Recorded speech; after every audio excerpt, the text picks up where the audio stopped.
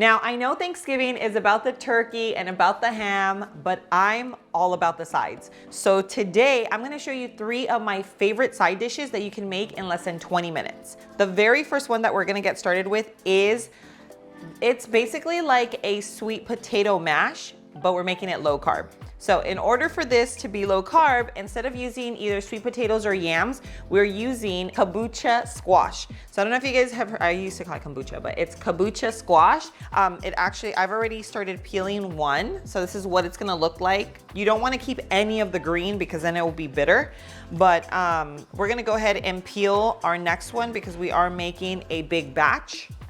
If you're making it like for the holidays, then you would use 2. If you wanna make like a small portion, then of course you could just use 1. But I'm gonna kind of walk you through it. It's gonna be super quick. This is probably gonna be the most time consuming, is getting it peeled. So this is probably what's gonna take us the longest, but it's almost just like peeling your potatoes or like, you know, your yams.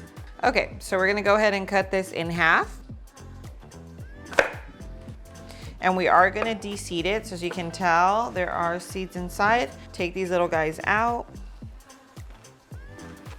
Yeah, so there are seeds. This looks very similar to pumpkin seeds because I'm assuming it is part of the pumpkin family.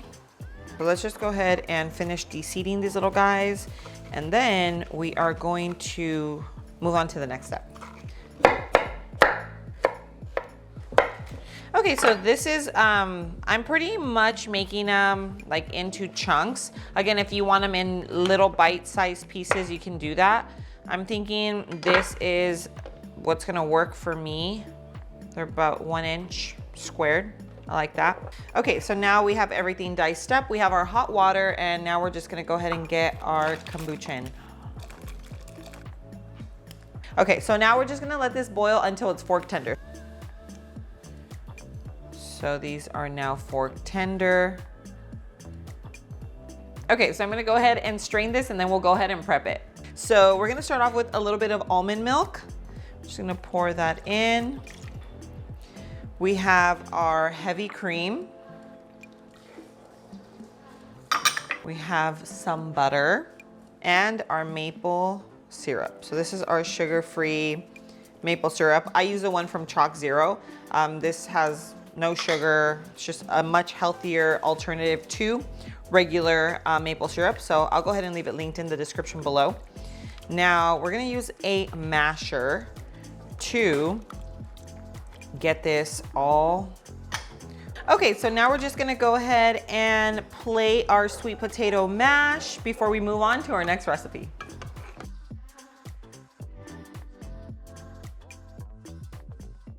Okay, so now we're moving on to our next recipe, which is probably one of the most popular recipes during Thanksgiving or any holiday, which is our green bean casserole. Now, this is not only a regular green bean casserole, this is obviously low carb, but you don't even have to cook it in the oven. This is actually gonna be made stovetop right here from start to finish. So we're gonna go ahead and add in a little avocado oil because we are going to saute our onion.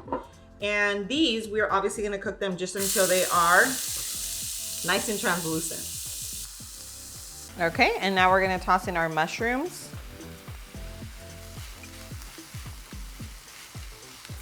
All right, now we're gonna go ahead and add in our heavy cream.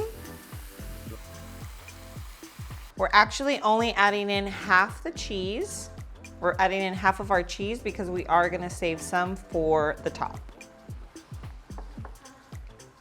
We're gonna add in a little splash of almond milk, okay, before we add in our green beans.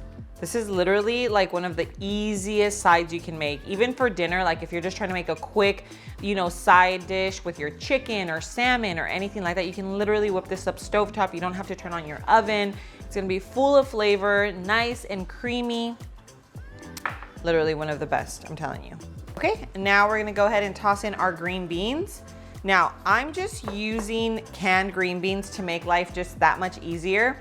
But if you wanna make it from fresh green beans, then the only difference is that you would actually have to kind of saute and cook down the green beans. Not cook down, but cook the green beans. I would just saute them with a little bit of oil, some garlic, maybe even a little onion, just until they're fork tender, and then you would just continue this process.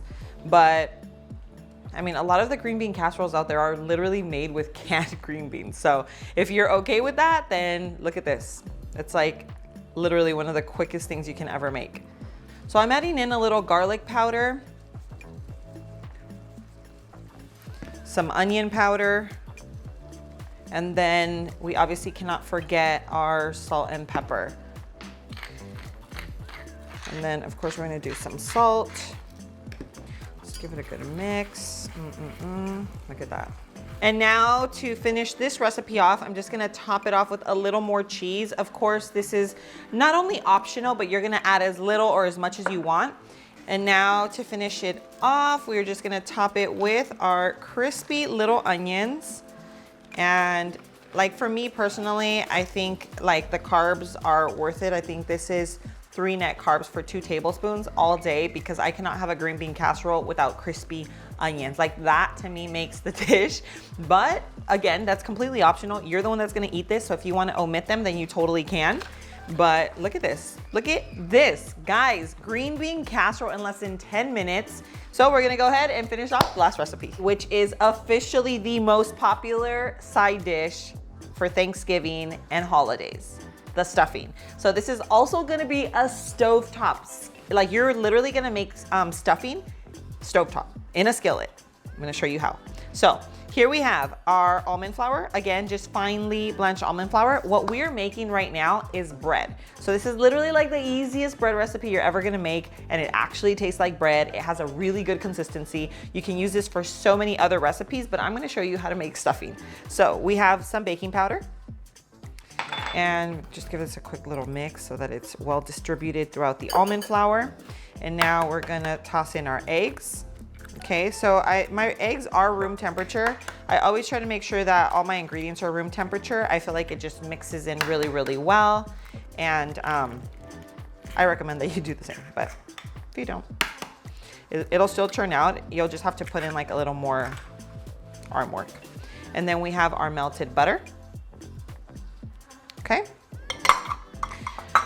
And of course you can't forget a little pinch of salt.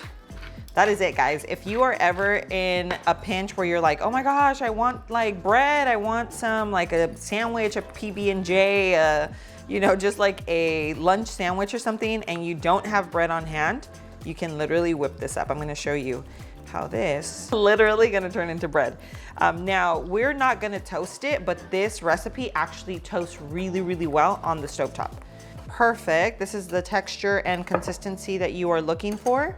If you wanted to have the shape of bread, then you might want to do something like this, which is squared. But you can literally do it in a mug. You can do it in anything you have that is microwave safe, because in case you're wondering how we're actually going to make this, we're making bread in the microwave. Now I'm just going to spray this with a little avocado oil. I always use avocado oil. You can also use olive oil. You can use coconut oil. You can literally use whatever you typically use. I just like avocado oil because it is a much healthier option to a lot of the inflammatory oils that you know, are typically used. So now let's go ahead and pour that in. Just pour all of it right into our bowl or our dish. So this is all done. We're gonna put this in the microwave for about 90 seconds. Okay, so our bread is done. It cooked for about 2 minutes because I forgot that this was a double batch. So you obviously wanna make sure that it is cooked throughout the middle. This one is, so we're gonna let it cool. Meanwhile, we're gonna get started on the rest of our stuffing. So first things first, our meat. So we have all of our sausage right here. We've already taken off the casing. So now we're just gonna let this brown, and then we are going to add in the rest of our ingredients. Okay, so our sausage is pretty much cooked through. So at this point, I'm gonna add in my onion.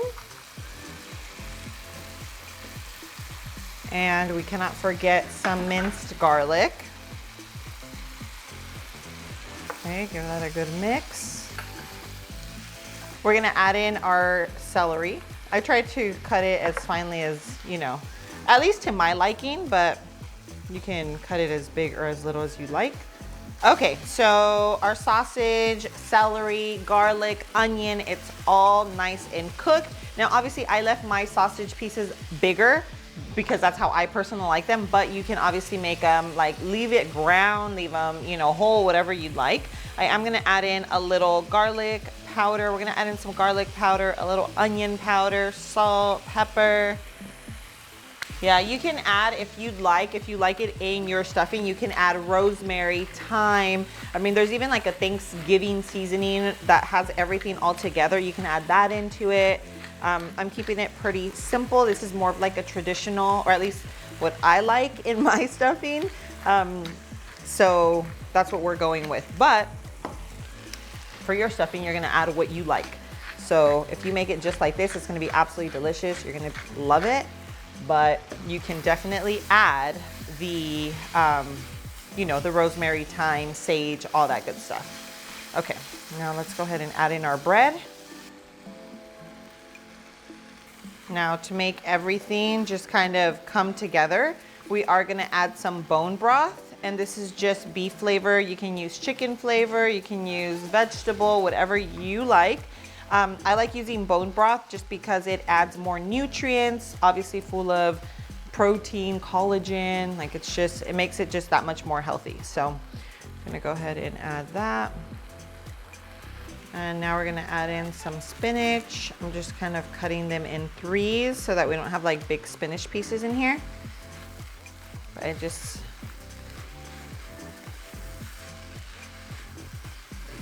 all right guys, and that is how you make a stovetop stuffing that is done in less than 15 minutes. Like, it's crazy. You don't have to turn on your oven. You can do boom, boom, boom. Three side dishes that you can take to a family gathering, if you're hosting Thanksgiving, Christmas, anything like that. And trust me, the flavor is so on point. You guys are going to love them.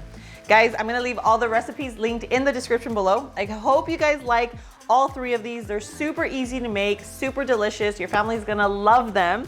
Don't forget to share the channel along with these recipes with friends and family that are not only living a low carb lifestyle, but that you know are just trying to make healthier choices in their life. Guys, thanks so much for being here. I love you, and I'll see you on my next video. Mwah.